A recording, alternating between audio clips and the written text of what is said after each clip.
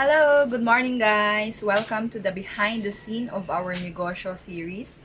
And for today, as of today, we're actually blending our fruit teas. Yan. So, we have some orders so we need to blend. May kulang pa tayong blend.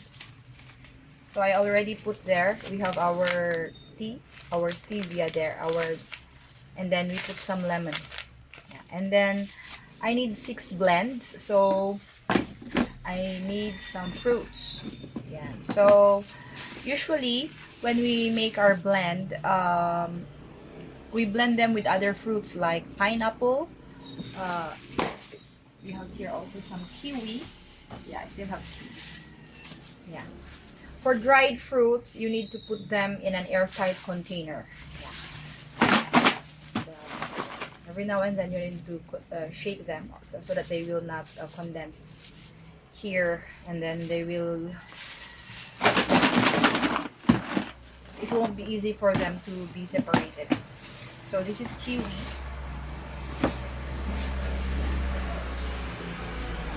One of our blend has kiwi. This is expensive, so I just have one blend for this one.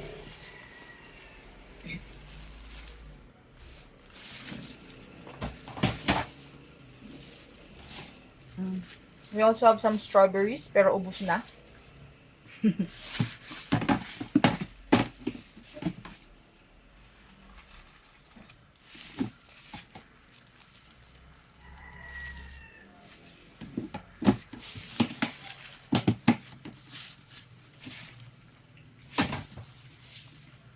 Ang sarap nila actually.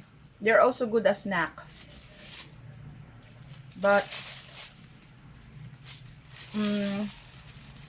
for me, I find it more sustainable if I put it. Yeah, I could do it also as a snack, but I don't know. I prefer the tea. Okay. So, we have what we have now is a lot of pineapple actually.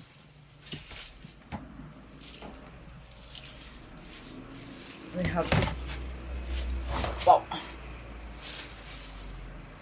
These are pineapple. So usually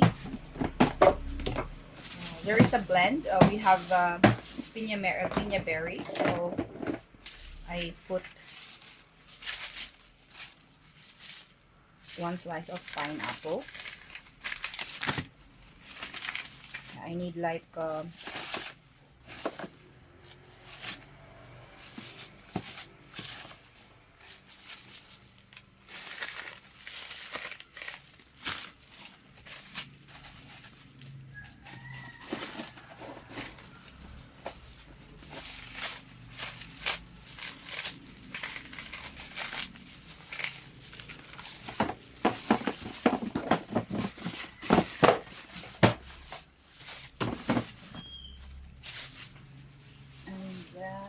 strawberry. So I think we need to restock strawberry. We need to dry them.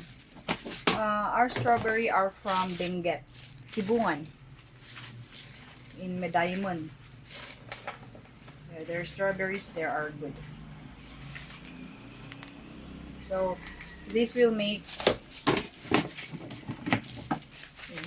this so it has 3 fruits in it. Lemon, pineapple, and what's this? Strawberries. Yeah, it tastes like fruity. It has a fruity flavor because of the combination of strawberry and pineapple. So of course, after that, we need to seal them.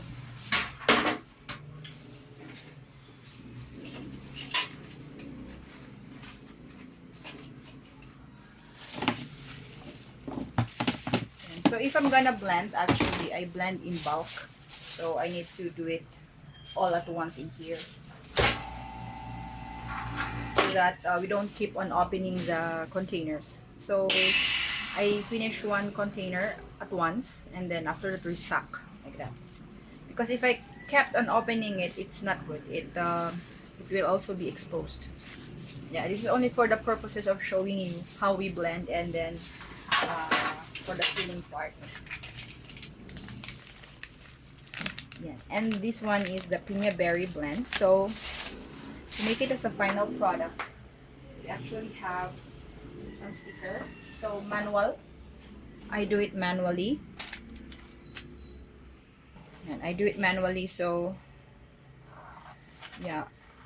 Most of the time I prepare when there's somebody who also outsource. I also outsource my blends, and they do the stickers like that. Especially if we have bulk orders, we need to do that. Somebody will do the slicing. Usually for the blending and sealing, it's all in here. But for stickers, packaging, another people can do it to ensure the quality. So this is our piña berry blend.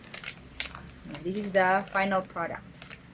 So it's good for it's actually it's a good for 1 cup, but you could do it, you could steep it for 5 to 10 minutes until the flavors are there.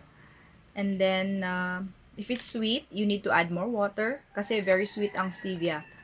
Yan. And you can refill it up to 3 times, or you can put it, if you already had it as your tea, then you could put the rehydrated on your tumbler, and you could do it as you could use it as your infused water para masulit yung mga nutrients from the dried fruits. Yan, guys. Okay, guys, thank you for joining me today. So today we are sealing and we are completing some orders. So that's the behind the scene as of today. So thank you, and you can show your support by following us, and to learn more about how we do home-based business. Bye!